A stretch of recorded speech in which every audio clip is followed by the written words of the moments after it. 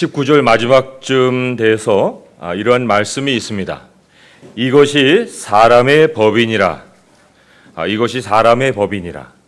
사람의 법이라 하는 것은 하나님께서 인류에게 세워놓으신 법이라 그런 뜻입니다. 사람이라면 피해갈 수 없는 그런 법이라 하는 뜻이에요.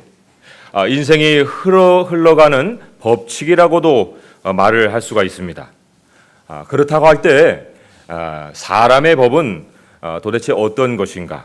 사람이 피할 수 없는 모든 인생을 부여받은 사람들은 다 이 법을 따라야 하는데 그 사람의 법의 내용은 무엇인가 할 때 18절에서 19절의 말씀, 다윗이 시작한 고백 속에 그 내용이 나와 있습니다.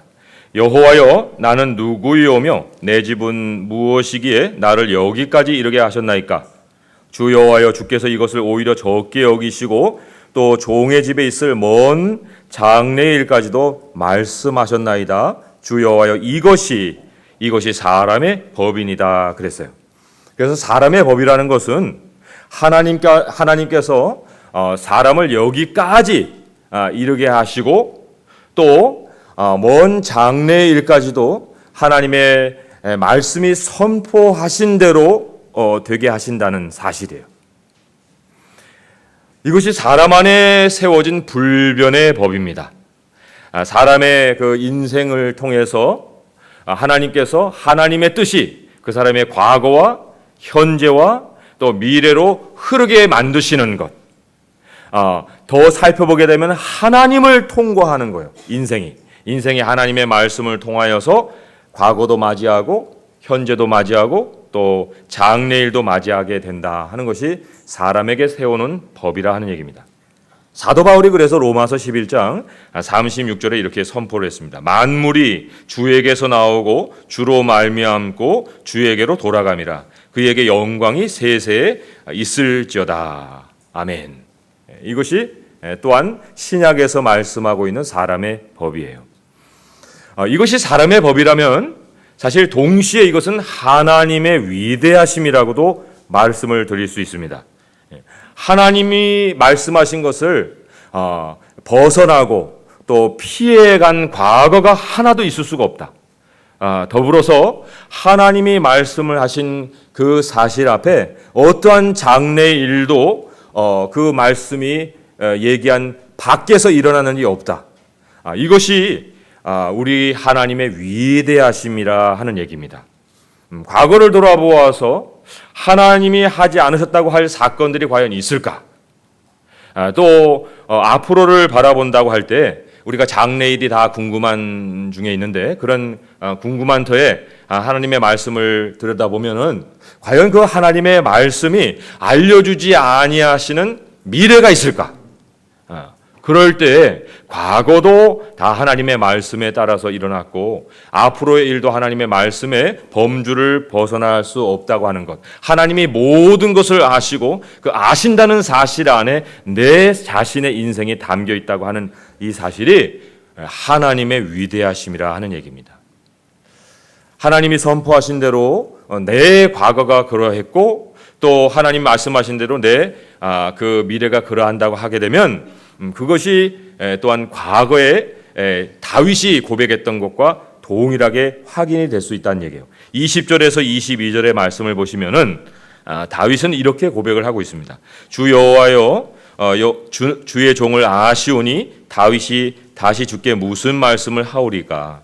주의 말씀으로 말미암아 주의 뜻대로 이 모든 큰 일을 행하사 주의 종에게 알게 하셨나이다. 그런즉 주 여호와여, 주는 위대하시니 이는 우리 귀로 들은 대로는 주와 같은 이가 없고 주 외에는 신이 없음이니이다 그랬어요.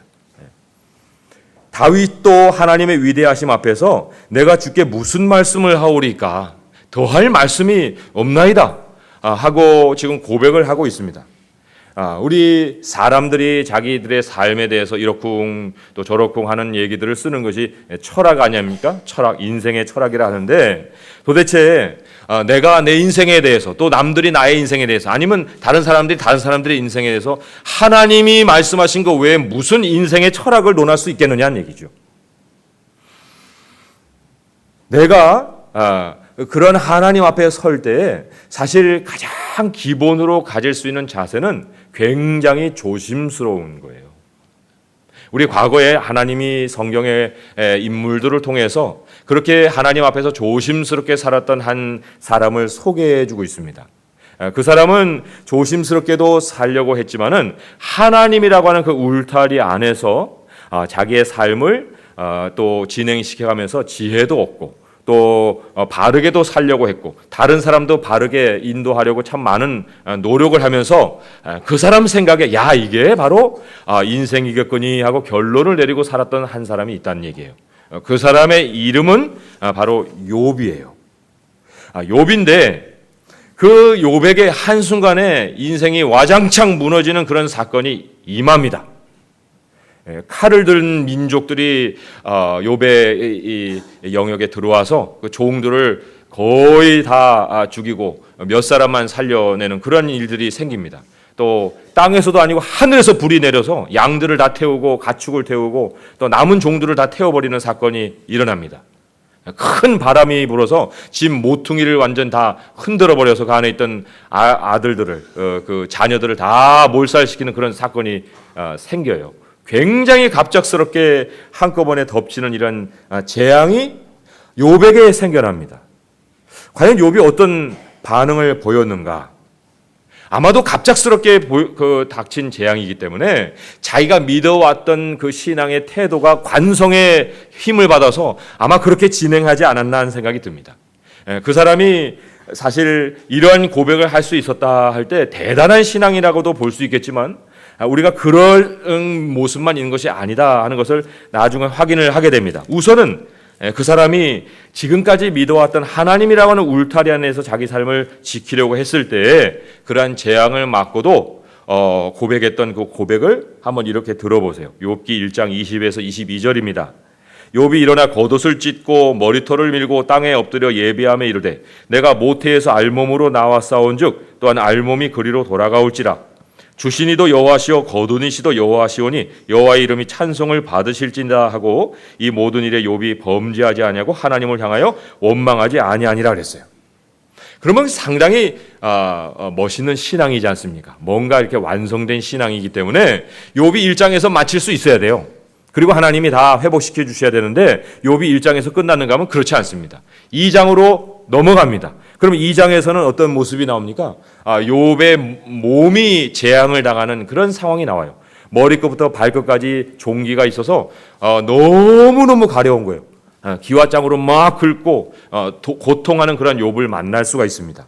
그런데 그러했어도 갑작스럽게 당한 상황에 또 다른 갑작스러운 상황이어서 그의 신앙이 여전히 관성의 힘을 받아서 이렇게 또 하나님 안에서 인생을 이해하려고 하는 그의 모습에 애쓰는 그 수고가 나옵니다. 욥기 2장 10절에 그렇게 또 기록이 돼 있어요. 그의 아내가 하나님을 욕하고 죽으라고 했을 때 욥이 이렇게 대답합니다. 그대의 말이 한 어리석은 여자의 말 같도다. 우리가 하나님께 복을 받았은즉 화도 받지 아니하겠느냐 하고 이 모든 일에 욥이 입술로 범죄하지 아니하리라 그랬어요. 그러면 또 2장에서 욥이 끝내야 되지 않습니까? 그런데 욥의 이 기록이 3장, 4장, 5장 해서 42장까지 넘어가요. 그럼 왜 그렇게 많은 장들이 거기에 할애가 되어 있을까? 3장의 첫 마디에는 뭔가 모르는 세월이 지금은 조금 지난 것을 암시하고 있습니다. 그 후에라는 표현이 나와요. 그리고는 1장과 2장에서 만나볼 수 없는 엉뚱한 욥의 모습이 기록이 되어 있습니다. 그 후에 욥이 입을 열어 자기의 생일을 저주하니라 그랬어요. 자기가 태어난 것을 저주하고 있는 이 욥을 만납니다. 어찌하여 내가 어머니 태에서 나와가지고 죽어 나오지 않았는가? 왜 살아나왔는가? 그런 불만을 지금 토하고 있다 하는 얘기죠. 그럼 왜 그랬을까? 그가 하나님이라고 하는 울타리, 그 울타리 안에서 자기 삶을 보기는 했습니다.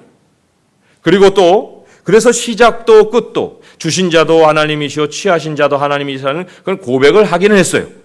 더군다나 화도 복도 다 하나님으로 말미암아서 일어날 수 있다고 고백까지 했는데 하나가 없는 상황에서 이러한 이 고백이 3장으로부터 계속 진행이 되고 있다 하는 얘기입니다. 그가 남긴 이 3장 속의 말 한마디에 그가 과연 무엇이 부족해 있는지 하는 암시적인 말씀이 나와 있어요. 욥기 3장 23절의 말씀이에요. 제가 읽어드리겠습니다. 하나님에게 둘러싸여 길이 아득한 사람에게 어찌하여 빚을 주셨는고 그랬어요. 하나님에게 둘러싸여 있다는 것이 결국 욥이 살고 있었던 삶의 울타리입니다. 자기가 살아갔던 삶의 영역이에요. 그래서 그의 삶에 하나님이 울타리였기 때문에 그 울타리 안으로 모든 것을 다 집어넣긴 했다고요. 하지만 집어넣긴 했어도, 담기는 했어도 자기가 왜 살고 있었는지에 대한, 내가 왜 지금까지 어떤 목적으로 살고 있었고 또 장래는 왜 내가 살아야 하는지에 대한 그 이유에 대해서 아는 것이 없었다는 거예요. 그렇기 때문에 하나님께서 둘러쌌지만, 하나님에게 둘러싸여 있었지만 자기가 보는 인생에 있어서 이 길은 너무나도 아득했다는 거죠. 길이 아득한 사람에게 어찌하여 빚을 주셨는가. 그가 나름대로 어떻게 살아야 되는 것에 대한 것은 터득을 했다고요. 욥이 어떻게 살아야 되는 것에 대한 행위를 1장 5절에 이렇게 소개를 하고 있습니다. 욥의 아들들이 잔치를 계속 벌였는데 그들이 차례대로 잔치를 끝내면 욥이 그들을 불러다가 성결하게 하되 아침에 일어나서 그들의 명수대로 번제를 드렸으니 이는 욥이 말하기를 혹시 내 아들들이 죄를 범하여 마음으로 하나님을 욕되게 하였을까 함이라. 욥의 행위가 항상 이러하였더라 그랬어요. 그러니까 종교성은 굉장한 사람이에요. 그리고 하나님은 욥을 악에서 떠난 사람이라고 얘기합니다. 하나님이 욥을 의인이라 얘기한 적이 없어요. 우리는 욥이 의인이라고 자꾸 얘기하지만은 하나님은 오히려 하나님이 쓰신 표현은 정직하고 온전하여 하나님을 경외하고 악에서 떠난 자라고 얘기를 한다고요. 악이라는 것은 하나님을 떠나는 건데 악에서 떠나왔다는 것은 하나님 안에 있다는 얘기예요. 하나님도 욥이 하나님 안에서 살아가는 것은 인정을 하셨어요. 인정을 하셨음에도 불구하고 욥에게 부족했던 것이 바로 자기 삶에 대한 길을 바로 알지 못했다는 얘기죠. 하나님이 울타리라고 하는 사람의 울타리, 그게 하나님이잖아요. 그에게 사람의 울타리는 있었는데 사람의 법이 없었던 삶을 지금까지 살아오고 있었다는 거예요. 나름대로의 지혜는 가지고 있었지는 모르겠지만은 하나님이 그에게 그 이상으로 당신이 알려주시는 계시가 그에게 풍성하게 있었던 삶이 아니었다는 얘기죠. 아까 말씀드렸지 않습니까? 사람의 법이라는 것은 하나님이 사람을 여기까지 이르게 하시고 하나님의 말씀으로 여기까지 이르게 하시고 또 먼 장래일까지도 하나님의 말씀이 선포하신 대로 된다고 하는 그 사실, 그게 사람의 법인데 욥에게 이것이 없었다는 거예요. 그런데 얼마나 많은 사람들이 과거의 욥과 같은 삶을 지금 살아가고 있는지, 우리도 하나님 안에서 삶을 살지 않습니까? 우리도 살아요. 그런데 과연 우리가 우리의 삶을 계획한다고 할 때 하나님과 함께 계획합니까? 아니면 내 계획 내 스스로 세웁니까? 그걸 볼 때 과연 울타리는 하나님이되 사람의 법이 내 안에 흐르고 있는가 하는 얘기예요. 얼마나 많은 사람들이 이 시대에 꿈은 얘기합니다. 나의 꿈. 그런데 어느 만큼의 사람들이 하나님으로부터 받은 소명을 얘기하고 사명을 얘기하느냐는 얘기예요.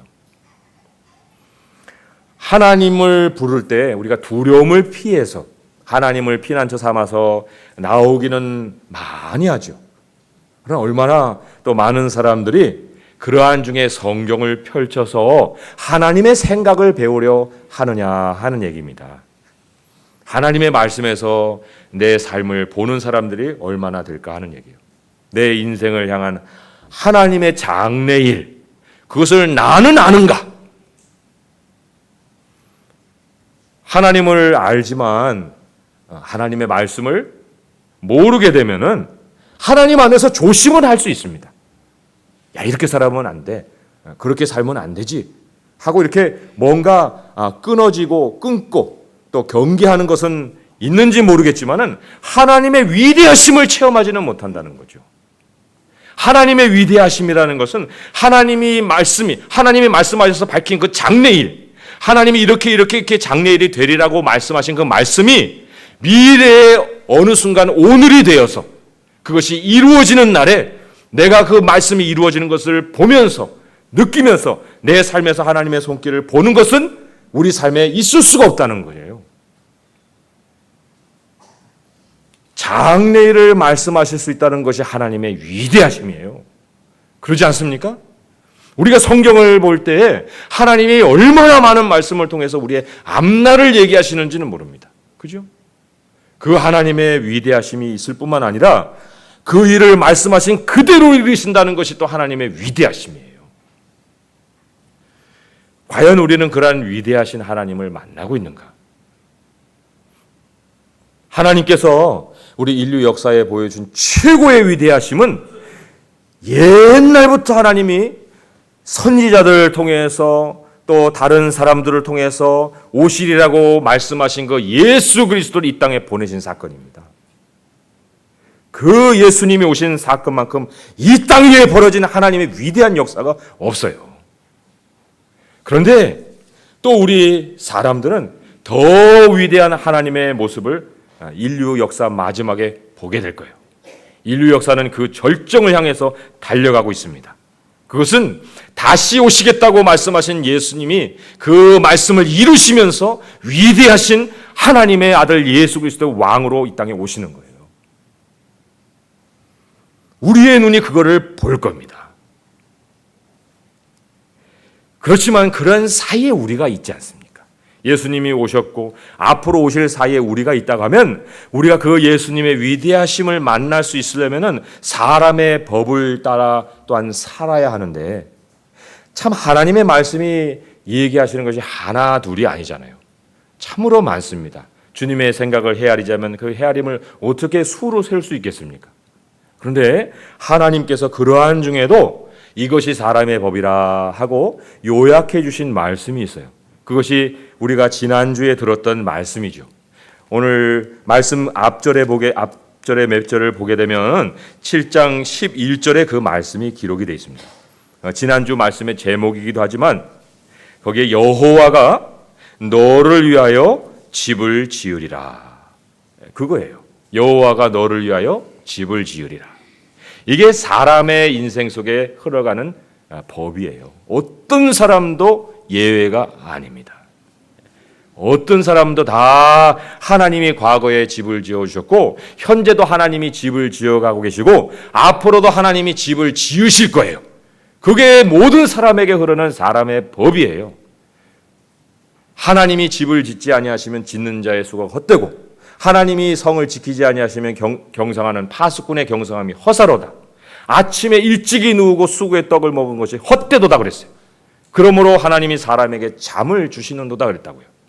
사람의 법을 따라 사는 사람만이 어떻게 살아야 될 줄도 알게 되고 거기에서 하나님과 동행도 할 수 있게 된다는 얘기예요. 동행하는 삶이 결국은 잠이 있는 삶이죠. 그것이 다른 사람을 향한 메시지가 아닙니다. 다른 사람 집 짓는다고 하는 말씀이 아니에요. 하나님이 내 집을 지어주겠다고 해주신 말씀이지 않습니까?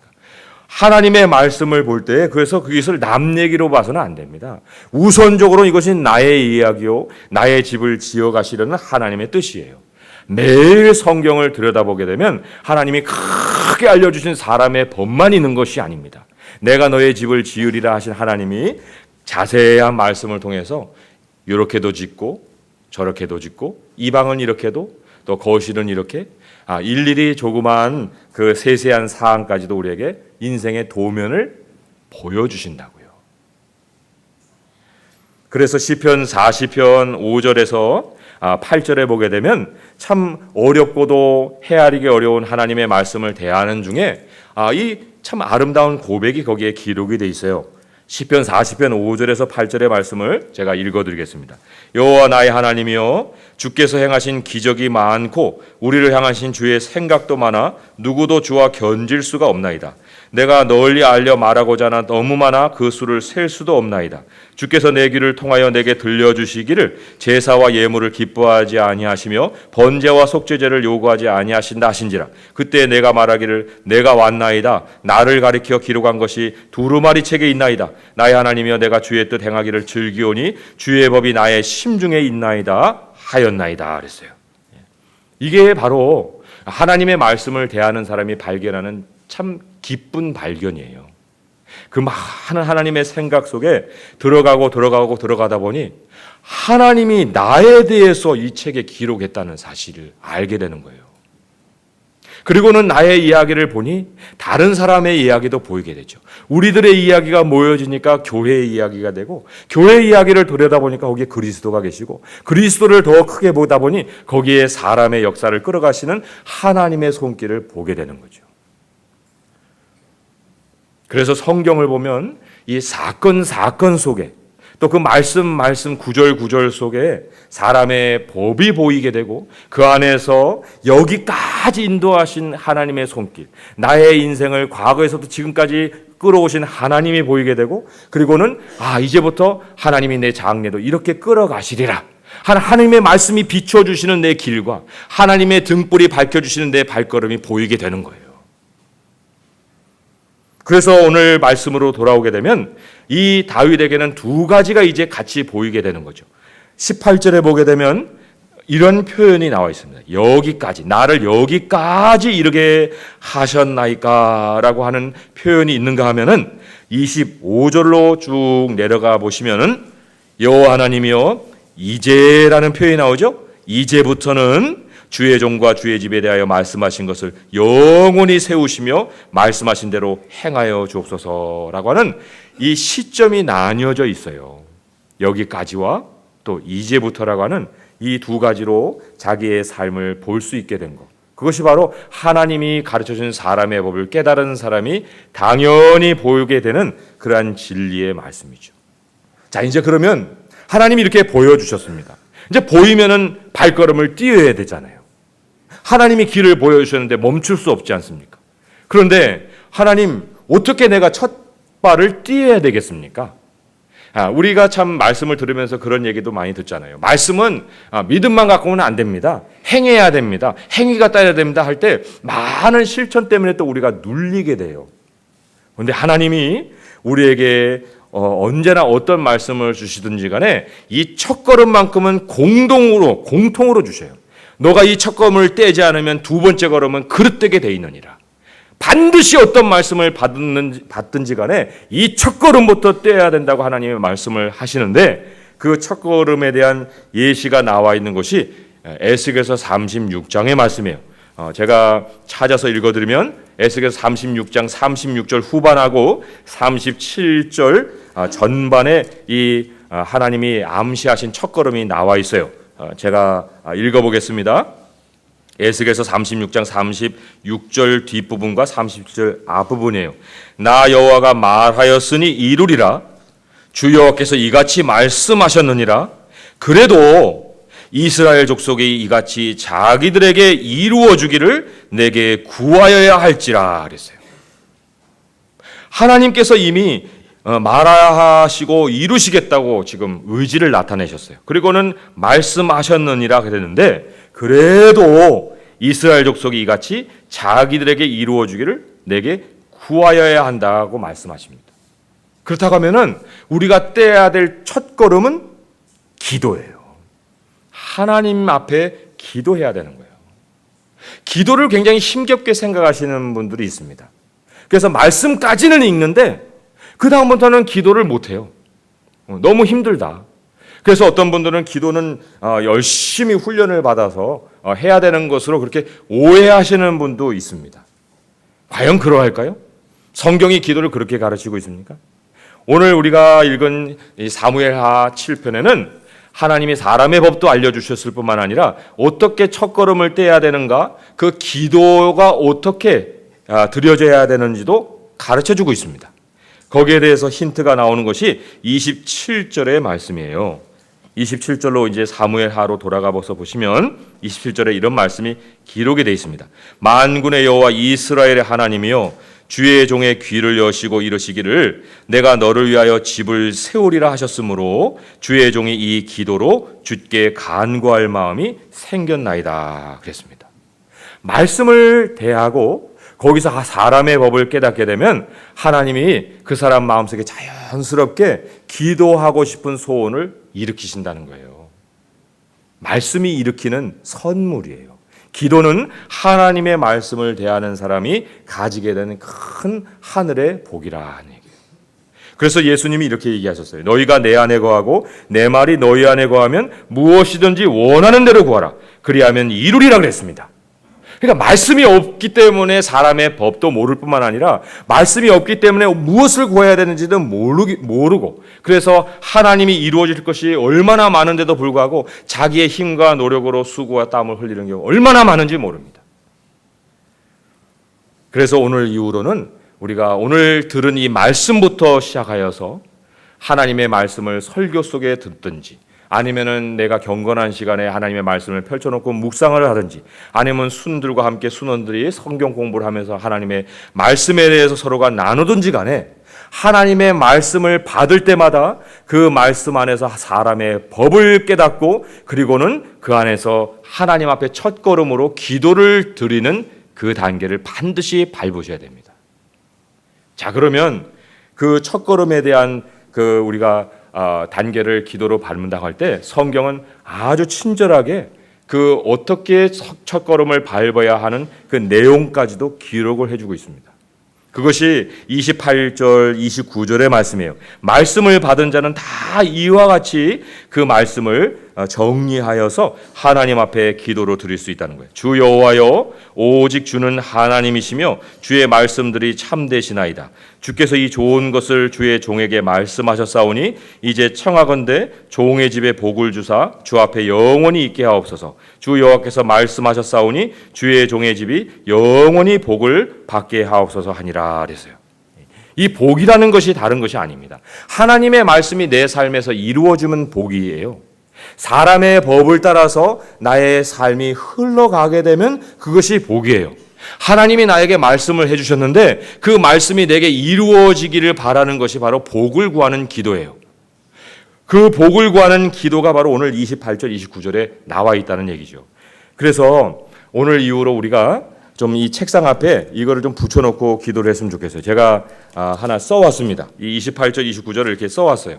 써오고 여러분들이 하나님의 말씀을 보는 장소가 있잖아요. 그 책상 앞이든지 부엌이든지 뭐 어디든지 거기다가 이 28절, 29절을 이렇게 써놓는 거예요. 그리고는 말씀을 읽었는데 내가 어떻게 기도해야 될지를 모르겠다 하는 분들은 이 말씀으로 정리를 하시면 되는 거예요. 그러면 어떤 말씀을 받든지 간에 그 말씀이 내게 이 기도를 통해서 응답이 되게 돼 있어요. 하나님이 가르쳐 주신 기도지 않습니까? 그러면 이제 제가 여기가 제 말씀을 보는 책상이라고 할 때 제 앞에 이게 붙어 있어요. 그리고 이제 말씀을 열심히 읽습니다.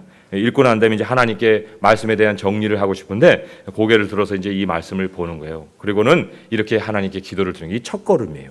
주 여호와여 오직 주는 하나님이시며 주의 말씀들이 참되시니이다. 주께서 이 좋은 것을 주의 종에게 말씀하셨사오니 이제 청하건대 종의 집에 복을 주사 주 앞에 영원히 있게 하옵소서. 주의 종의 집이 영원히 복을 받게 하옵소서. 예수 그리스도의 이름으로 기도합니다. 아멘. 하면 이게 멋진 기도가 되는 거예요. 우리가 이게 너무 길면은 마지막만 하셔도 돼요. 주의 종의 집이 영원히 복을 받게 하옵소서. 이렇게 쓰기도 힘든 분들은 성구사나 기독교 문구 가면은 이 구절 써 있는 액자가 있어요. 그 액자를 딱 걸어놓고 주의 종의 집이 영원히 복을 받게 하옵소서. 그래서 지나치면서 이제 이게 이 복이 그 복이 아니구나. 이 복이 하나님이 나에게 알려준 이 사람의 법이구나. 이 사람의 법이 내게 이루어지기를 구하는 기도구나 하는 걸 이제 떠올리게 되는 거죠. 그리고는 이제 말씀이 생각날 때마다 말씀 한 구절을 외우든지 암송하든지 읽고 난 다음에 그 벽을 싹 쳐다보는 거예요. 주의 종의 집이 영원히 복을 받게 하옵소서. 그럼 하나님이 멋진 기도 이렇게 인정을 해주신다는 얘기죠. 오늘 그래서 말씀을 들으신 우리 성도님들이 이제 첫 걸음을 떼셔야 됩니다. 어떻게 떼십니까? 오늘 읽은 28절, 29절의 말씀을 같이 읽는 거예요. 그러면서 하나님 앞에 말씀 들은 자로서 이제 응답을 드리는 거죠. 우리 같이 한번 읽어보도록 하겠습니다. 시작. 주 여호와여 오직 주는 하나님이시며 주의 말씀들이 참되시니이다. 주께서 이 좋은 것을 주의 종에게 말씀하셨사오니 이제 청하건대 종의 집에 복을 주사 주 앞에 영원히 있게 하옵소서. 주 여호와께서 말씀하셨사오니 주의 종의 집이 영원히 복을 받게 하옵소서 하니라. 아멘. 이 하나님의 말씀을 따라서 우리 성도님들 한 분 한 분의 삶과 또 우리 성도님들의 집이 영원히 복을 받으시기를 우리 주 예수 그리스도의 이름으로 축원드립니다. 기도하겠습니다. 하나님 아버지 감사합니다. 우리에게 참 살아가는